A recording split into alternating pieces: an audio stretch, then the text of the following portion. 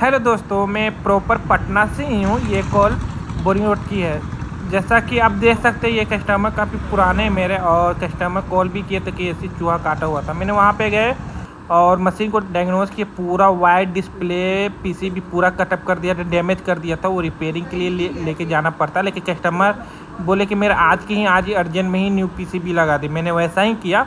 हाँ, काफ़ी देख सकते हैं, ये मशीन काफ़ी ओल्ड है। ये मशीन 15-16 साल की है। कस्टमर भी बताए 15-16 साल का भी है, हम देखें। और जैसा कि आप देख सकते हैं, इन्वर्टर पीसी भी लगाया और काफ़ी कूलिंग भी बेहतर था इनका, और अच्छा भी चिल भी कर रहा था और काफ़ी अच्छा भी कंडीशन में भी था मशीन। और कस्टमर का भी मेरा रिव्यू दे सकते हैं मशीन कैसा चल रहा है। कैसा लगा इसमें? हाँ, बहुत अच्छा लगा। अभिषेक, आप मन लगा के काम करते, सबसे अच्छी बात ये है, इसलिए आपको ही बुलाते हैं। ठीक है, ठीक है ना? ठीक है, थैंक यू। चलिए, थैंक